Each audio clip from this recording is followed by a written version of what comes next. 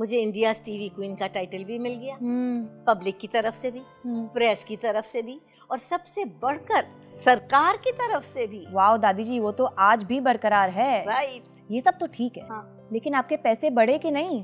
अरे बेटा मत पूछो, 75 के आगे जीरो लगने में पूरे 21 साल लग गए। My God. और आखिरी प्रोग्राम जो मैंने किया था ना, उसमें मुझे 750 रुपए मिले थे। बस इतने से दादी जी? हाँ बेटा हाँ। आजकल तो बड़े बड़े फिल्म स्टार्स टीवी पे आते हैं क्योंकि उनको पॉपुलैरिटी मिलती है और बहुत सारे पैसे भी मिलते हैं। अरे इज्जत दौलत शोहरत सबको सब जैसे कि Aamir Khan, Salman Khan, Shahrukh Khan and most of all Amitabh Bachchan. हाय बात तो तुम्हारी बिल्कुल ठीक है मेरी बेटी, लेकिन मैं तुम्हें बताऊं कि टेलीविजन से मुझे फाइनेंशियल फायदा तो बिल्कुल नहीं हुआ, लेकिन गुडविल बहुत अच्छी बन गई। और मुझे इस बात की बहुत ज्यादा खुशी है कि 50 साल पहले जो लोग हिंदुस्तान में थे, वो हिंदुस्तानी, चाहे आज वो इंडिया में हो या इंडिया के बाहर, उन सबको मेरा प्रोग्राम आज तक याद है।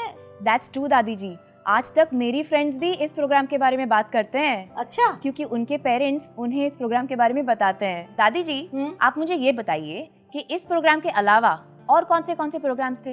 बेटा मेरे प्रोग्राम के अलावा भी बहुत सारे प्रोग्राम होते थे, और वो भी अलग अलग भाषाओं में होते थे। एक प्रोग्राम मराठी में होता था बड़ा मशहूर, और उसका नाम था आमची माटी आमची मालसा। अच्छा। और ये प्रोग्राम खास तौर पे किसानों के लिए होता था।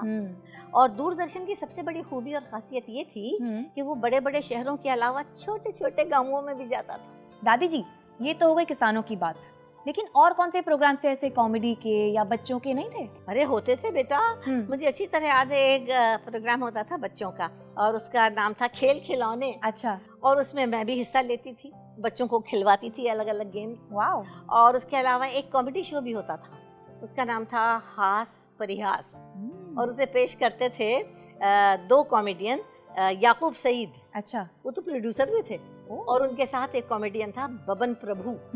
तो मैंने नाम बताया ना, हास परिहास होता था वो। हाँ। और उसके अलावा एक गुजराती प्रोग्राम बड़ा अच्छा होता था, उसका नाम था आओ मारी साथी, और उसे पेश करते थे आदि मर्ज़बान। तो बेटा ये तो हो गई तब की बात। अब तुम बताओ कि अब क्या हो रहा है। दादी जी आपने गुजराती प्रोग्राम्स के बारे में बताया, तो मैं आपको बता दूं कि आजकल रीजनल प्रोग्राम्स नहीं होते हैं, रीजनल चैनल्स होते हैं। राइट। हाँ, और अलग अलग टॉपिक्स के चैनल्स भी होते हैं।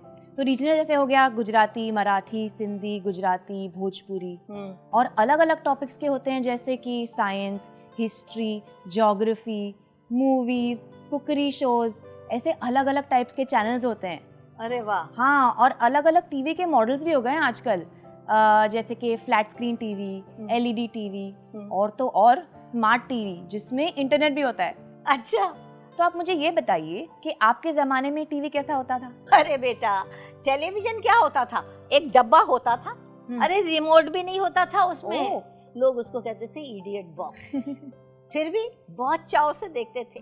शाम को 4-5 बजे से जब ट्रांसमिशन का टाइम होता था, उससे 2-3 घंटे पहले अड़ोस पड़ोस के बच्चे, बड़े, बूढ़े सब आ जाते थे उस घर में, धुनी रमा के बैठ जाते थे जहाँ पे टेलीविजन था। और इसकी वजह ये थी मेरे बच्चे कि वो टेलीविजन उस दौर में हर एक अफोर्ड नहीं कर सकता था।